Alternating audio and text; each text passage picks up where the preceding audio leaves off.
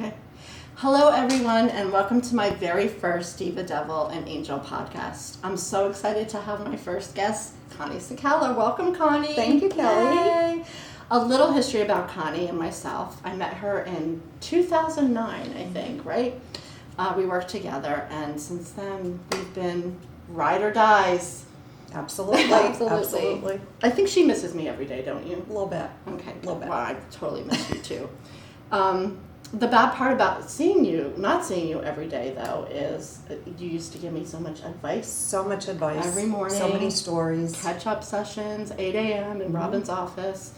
And we can't do that anymore. So now you have to text me. We have to text. We have to call. Yes. I get caught up.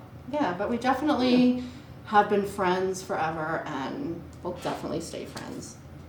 So when I knew I was going to do this podcast, Connie definitely was the first person that I thought of. And I just told her a little while ago, it's because I'm going to try to do this without crying. She's very, very inspirational. She is very honest with decisions and trying to tell me what to do. She doesn't hold back for sure, which I love. And she just really cares about me, and I care about her. So without any further ado. So Connie, do you want to tell us a little bit about yourself? Sure. We'll start with the factual things about me. I am currently not married, but I am in a long-term committed relationship. My boyfriend and I have been together for 22 years. We actually dated in high school, went our separate ways, reconnected, and we've been together for 22, going on 23 years. I am a paralegal in a fairly large law office where Kelly and I work together. I've been there going on 24 years. I am a mom. I have an adult son, and I have an adult stepdaughter who I view just as if she were my biological daughter. There's no difference in how I view her versus my son. And I have 3 grandchildren and 1 great granddaughter who just turned 5.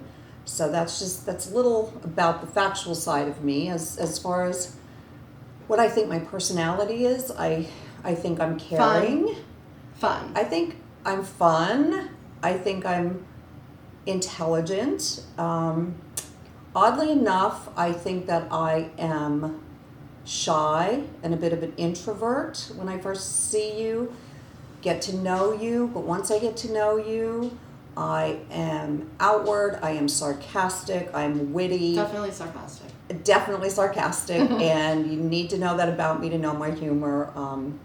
But Kelly's right. Once I know you and you ask me for advice, I will not hold back. And it's not always welcome, but that's the way it is. You kind of know what you get with me. So it's a little bit about me. Yeah, I love that. And I definitely appreciate the fact that you don't hold back. And maybe I didn't at first with your advice. I was like, oh my gosh, what's she telling me to do? But I definitely do appreciate it. And you have gotten me through a lot of bad times. So I value you. I value you too.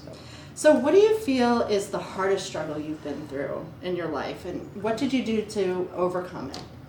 I think probably the hardest thing I've ever been through is losing a spouse to death when we all were totally unprepared for it. My husband was 12 years older than I was. He had 2 children. We married. I was 25 when we married, and he had just turned 50 when he passed away. And my son was 6 at the time, so it was definitely something I was not prepared for, definitely something, I was 37 at the time, so something we never talked about, we never discussed, funeral arrangements or, things like that. So just going through that whole process, just having to tell your children that they don't have a father anymore, will definitely remain probably the hardest thing I've ever done in my life, because when you have children, it goes beyond what you're going through. Mm-hmm. It's what they're going to go through and how you're going to get them through, what they're going through. Deneen was a young adult at the time, and like I said, Andrew was 6. So initially what got me through it was my husband had a business, and I had all of those things to deal with. that I was ill prepared to deal with. A business that I wasn't going to run. And you were but- 37. Yeah, and I mean, that's a child to have to Right, pick up a right. business and figure things out. And so it's a lot of figuring things out, but initially it just kind of keeps you going because you don't have a choice. yeah, So you go, and then you start to read everything about grieving and what's the right way to grieve and what to do and how to do it, and you come to learn that there's no right way, there's no wrong way. You do it in your own time, and I was going along really well until one day, Lou had passed away at the beginning of October, and I think it was about February. I got up one day, I put Andrew on the school bus, and I just came back to bed and pulled the covers over my head. And I did that for quite a while. I would set the alarm, make sure I was up in time to get him off the bus.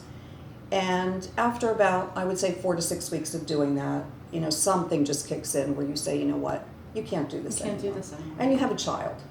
So for me, what got me through it, what got me to pick myself up was the fact that I have a child. Absolutely. And I can crawl in a corner and I can just feel sorry for myself, or I can just get through this. And you did. And I did. You And I definitely did. did. So I know the next question is probably like a given, but do you think everything that you endured made you a stronger person? Oh, absolutely. Yeah. Absolutely. How so? Like, Well- you just said that, you really had no choice but to get up every day and... I would say even coming out of that, though, I hadn't been working outside the home. We had a business that I worked for. When Andrew was born, I quit work outside of the home. So I had been home for 6, going on 7 years.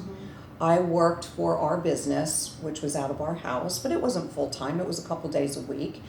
And now I have a house, we had rental properties, we had the business, I have a child, I have all these things to do, and I have no way I'm going to do this. I have no way to support myself, I have no way to support this child. Oh my gosh. So coming out of that, I jumped into the next hardest thing I've ever gone through. Yeah, and maybe we'll talk a little bit about that and Yeah. what happened with, in the next few years after Lou had passed, you met Steve. Yes, And yes. So tell us about yes. Steve.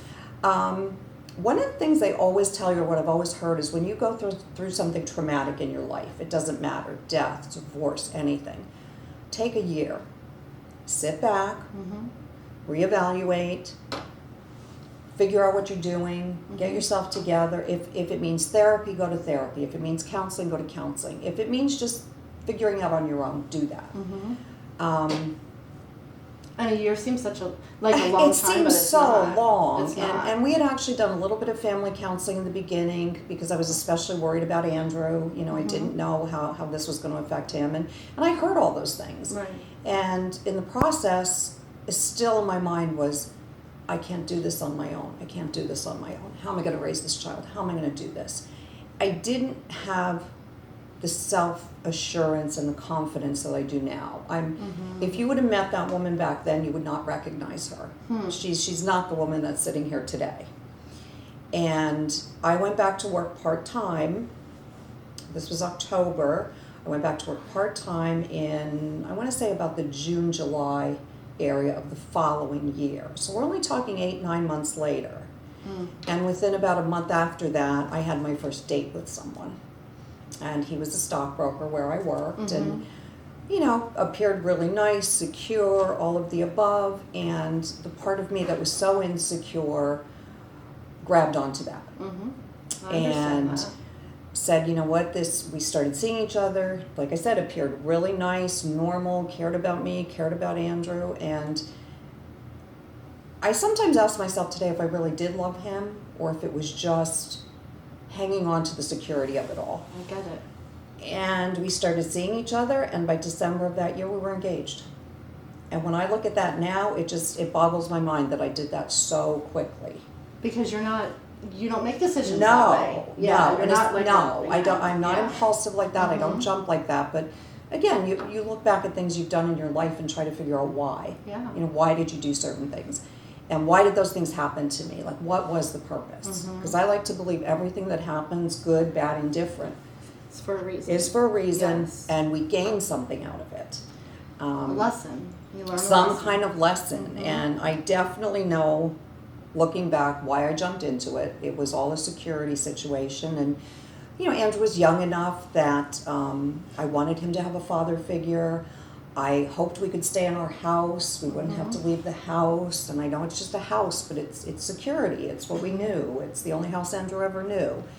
And then shortly after, we didn't live together because I didn't want to set that kind of precedent, which looking back we probably should have, Yeah, because I would have quickly learned that I married an alcoholic. Yeah. So we married in July, and by September he was in rehab for the first time. I think you mentioned to me one time that you noticed it on your honeymoon. I noticed it. And that was the first time you noticed? Yes, day 3 of the honeymoon. The drinking. Yeah. Yeah. Yeah, and kind of chalked it up to, we're on our honeymoon. Maybe it's just The excitement. Yeah, the or- excitement. yeah. He's just, breaking free a little bit. But so that was the beginning of, almost 2 years of living with an alcoholic. And that relationship, it was definitely made me the person I am today. I agree. Definitely. So tell me a little bit about, maybe sometime on a daily basis what you went through at his worst, when Steve was at his worst? His worst. I will say, if there's a plus side to being married to an alcoholic, it's that Steve was not a violent alcoholic. We never experienced any of that. But it came to the point where, and anybody who's dealt with addiction of any kind, it doesn't matter what it is, you as the person watching it believe that you can fix it and you can control it. And there's something you can do that's going to make this stop. So It's kind of like, why are they doing this to me, there's why no am way I they could not be doing this enough? to me. Yeah. Why, if he says he loves us so much, then why would you do this? Why would you hurt me so much? Because not having an addictive personality, which I don't have, it's hard to grasp. It's hard to understand why someone would continue to do that. You're going to lose your family. You're ultimately going to lose your job. And in Steve's case, lost his life because he literally drank himself to death. But at the worst, I would go to work in the morning. He would go, or I would hope he would go, and I would be at work trying to have my normal day, and I would get a phone call from his work. He was still a stockbroker. Those phone calls were fun, aren't They were Yeah. great. The phone call from the general manager saying, Connie, Steve's locked himself in the bathroom, and we don't know what to do. Leave him in there. Yeah, I don't care what please, you do. please leave him in there. We'll come get him later. Yeah, but there were I've left work one too many times. I've panicked one too many times, and you do get to the point. It's not that you don't care, but that's almost what I would say, Keith. I do what you need to do with him because you're trying to function on a normal basis. But at the worst with Steve would be the pit in my stomach driving home, not knowing what I was going to find when I got home. Absolutely. I totally can relate to that for sure. And most of the time what I would find is that he either hadn't gone to work or he was sent home from work because he was so drunk. And he would be passed out in bed. He would be, and I did learn, not to share a really dark side of myself, but I did learn that when push comes to shove, anybody has a really, let me see, what's this called? Diva, devil, angel? Yeah, everybody has a devil side. There were times he pushed me to limits where I reacted in ways I never thought possible. Yeah. In anger, Because in you frustration. become a different person. Yes. In order to, try to help or control them. You Right. become this totally different person Yeah. where you become unrecognizable. Right, you're not somebody you yourself. know anymore. Yeah. And I think the hardest part is when you're still in that stage of thinking you can control everything, because then you're making yourself crazy. Because you're coming home every day checking if a bottle appeared somewhere, checking where are the car keys, where's, trying to hide everything. And you ultimately learn that you can't. You can't control I it. think I spent the first year of knowing with Jack drinking and everything that, he's just stressed at work. Sure. Like, not only do they make excuses, but we make excuses for them. And there's always a reason. It's Always a always reason they're drinking. justification. Sure. But it was easier for me at least, to justify it. Because, you know what I mean? I'm like, everything's going to be fine. Sure. Because I'm the type of person that, let's everybody get along, let's everybody, sweep it under the rug type of thing, because I don't like confrontation or dealing with it. And so I spent a lot of years hiding it. Well, we know you hid it because your best friends at work didn't know anything about what was happening. I have to say, I think it was a good 5 years when I worked with Connie. I would go to work every day and be a completely different person. I would write on the chalkboard. I would, I did all this kind of positive things. I just planned the parties at work and did all that kind of stuff. But that, for me, work was an outlet for that. But I think I also had to deal a lot with the fact that I didn't tell you, or I didn't tell Robin, or I didn't tell Diana, or the closest of my friend, or Lisa, closest of my friends there. And I think with a lot of therapy, I had to figure out why I did that. And I think too, and I told you this before, if you vocalize something bad, then you have to deal with it. It's real. I couldn't walk in and say, my husband's an alcoholic. Like, I need, and then you not do anything about it. You know what I mean? So I think for me, that's why I kept a lot of it in for all those years. And to be honest, I don't know how I did it, but I did it. But when you say it, it also makes it real. It makes it real. Because you're still trying to pretend it's not real, it's not happening. Tomorrow it's all going to be better. I used to get jealous of seeing couples out, and I'm like, oh my gosh, they're drinking, but he's not. But normally. But he's a normal drunk. But he's drinking normal. How is he not stumbling home, or how is he not getting in a car and driving with me?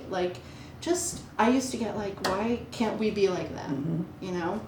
So you deal with a lot when you have an addictive partner, more than I thought I'd ever have to deal with. But I think the biggest thing is with addiction, we on the other side always think we can fix it or control it or do something about it.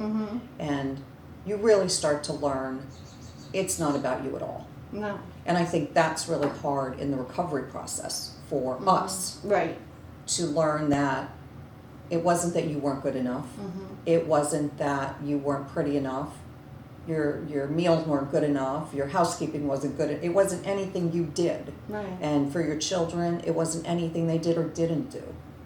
And that's hard. I mean, especially for kids, that's hard to come to terms with. Yeah. Which I think for me was, the one, I will say good thing with Steve, I had made up my mind with him that my son had been through enough losing a dad. He's not going to go through this. Yeah. Which is why my marriage lasted 2 years. I went through 2 rehab stints with him, went to all the outpatient counseling, did everything because I was raised to believe that you took vows with this person, and part of those vows were good and bad, sickness and health. Yeah, absolutely. And addiction is a sickness. And I could have easily, when we came home from our honeymoon, said, you know what, this was the biggest mistake ever, let's go get an annulment. But it was that, no, this is what you chose and you have to stick this through. And part of you thinks, I'm going to help him. I'm going to be the one to make him better. And then you figure out that, no, it's not you, and there's nothing you can do. And it was never about you in the first place, which is hard for me because everything should be about me. Because you're a diva. Because I am. But you're diva number 3, though. I am. I've moved to 3, I know. That's a little private joke for us.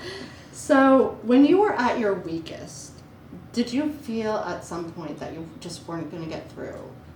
That you just wanted to give up? And not give up in a sense of just give up on, Well, I think I alluded to that a little bit before. It kind of just, Lou not being there and me dealing with everything just literally one morning hit me. And my way of coping was making everything look great at the bus stop and coming back home and just not dealing.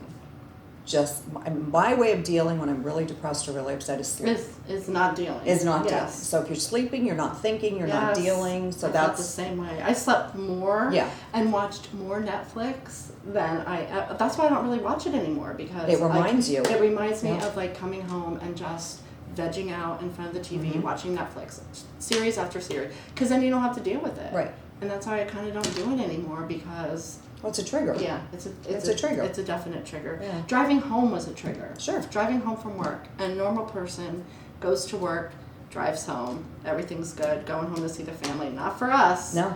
Driving home from work, sometimes I would call him, and when the way he answered the phone... You knew. I knew. Or I'm like, okay, he's not drunk. But then a half an hour later, I get home, it's totally wasted. I'm like, how did that happen in a half an hour? Yeah, and we didn't talk about this with Jack's job. Were you, did you worry about his job? Was he starting not to go to work? Because that was... Well, he worked remote through COVID and all of that too. But he always worked remote and then traveled. So when I would go to work, he's home by himself. He didn't have to go anywhere. Like, I wish he would have went somewhere because, you know, him being home just made it worse. He could do whatever he wanted all day. Sure. You know, and then, you know, I would get like the phone calls, or, you know, if one of the boys would go home and find him, and then I get the phone calls at work, but I couldn't do anything at work because no one at work knew. So it was a constant, I think you just get on like this, what's the word, like just a routine, and you just do it every day, and you hope for the best. Some days I just was like, go drink, you know? If that's what you choose to do, then yeah, like you said, you're the one losing your family, you're losing everything. And I stayed around and tried so hard to help him and go to rehab, but you know, they ultimately have to do it on their own. It has to be. So it ended with Steve, obviously. It ended with Steve. Yeah, we got to the point, he had gotten his second DUI within about a 2-month period, and sometimes... Can you tell the Taco Bell story? Oh my God. Well, this is what I was going to say about the job, because he was a stockbroker. This man he went to Rutgers University, and back when the SAT scores, I think your perfect score was 2,400 back in the day. I think so, something well, like he had a perfect SAT score. You know, he was the guy. Steve never had a drink till he was 20 years old. He was a late bloomer with being an alcoholic. But this was a smart man. He had a good career. He had a house. He had...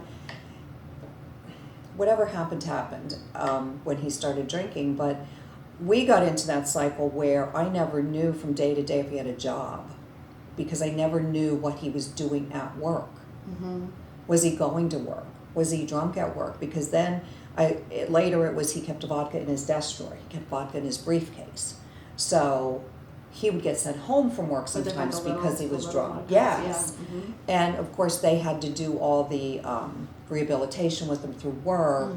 But I lived like week to week. Does he have a job? Can we pay the bills? Oh, what's going to happen this week? I don't know. You had that fear, but that fear, like, it wasn't even a fear because so much more was, there's more do you know piled what I mean? on top. It's just like if you like number your fears. Yes, that's the least. Like, try numbering your fears. That's the least. Like if we're homeless or if, you know, he doesn't work, or what happens, we lose our house or whatever. That is literally the least thing that you worry about. Well, what happened with Steve was ultimately, and we lived in a very nice house, and we both had, you know, decent jobs, and shouldn't have been any reason for the struggle. But then we did separate because he got his second DUI, and actually someone reported him. They saw him on 22 driving erratically, so they called in his license plate, and when he got pulled over, and they asked him for his driver's license, he produced his Blockbuster card. So they don't even exist anymore, so that tells you how long ago that was. What's he doing with the Blockbuster card? Yeah, I don't know. From like 20 years ago. But he was taken to jail, and they called me and said I needed to pick him up, and I said no. Like, no, I'm not.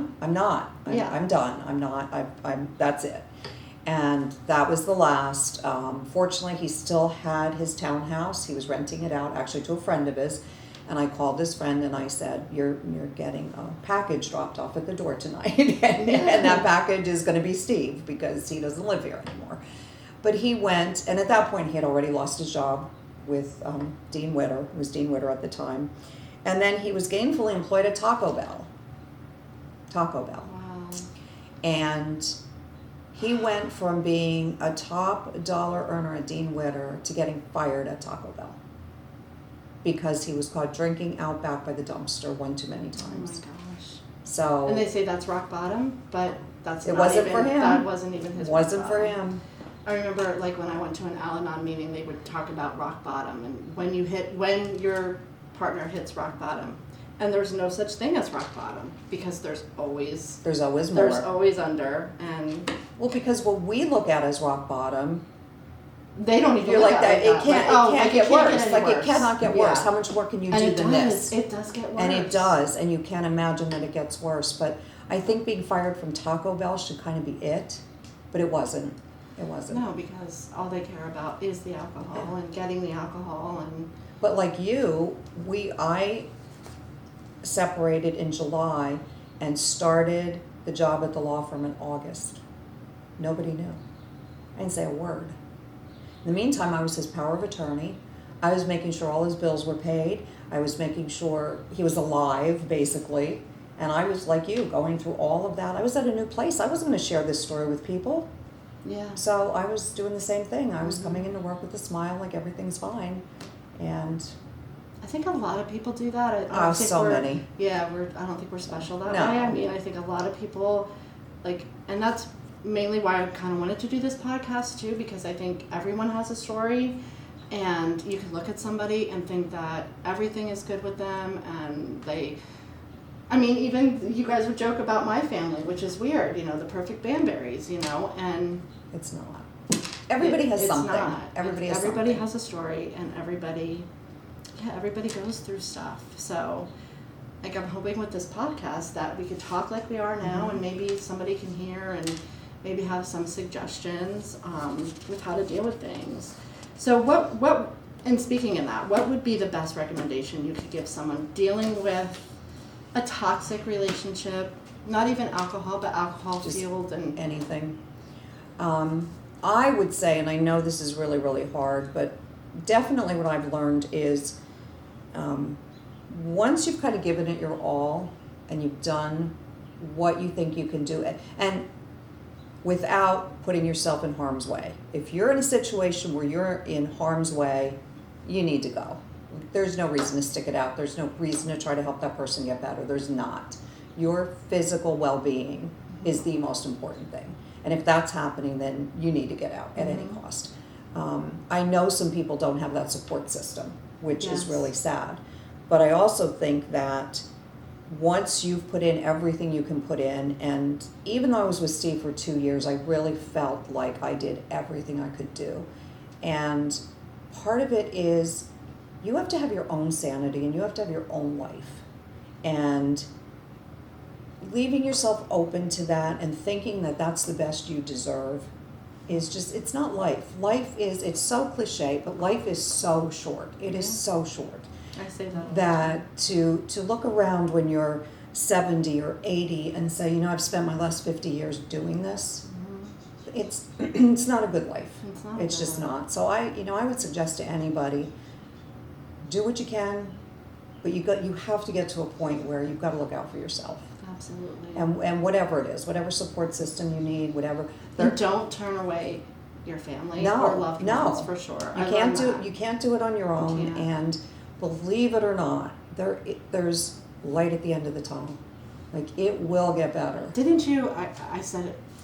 Everyone would always be like, "Well, you're so strong. You're so strong." Like, no, I don't want to be. I want to be weak today. I don't want to be. And I'm not as strong as you might think. You know. So we're hoping, you know, that we can offer some guidance and support to people, you know, going through these situations. And I want to thank you so much, Connie. I didn't mean to cry. No, we did. Cry. Thank you for being my first guest, and I love you too. Welcome. So next week we're going to have another special guest, a surprise guest. So we'll see you then. Bye. Thank you.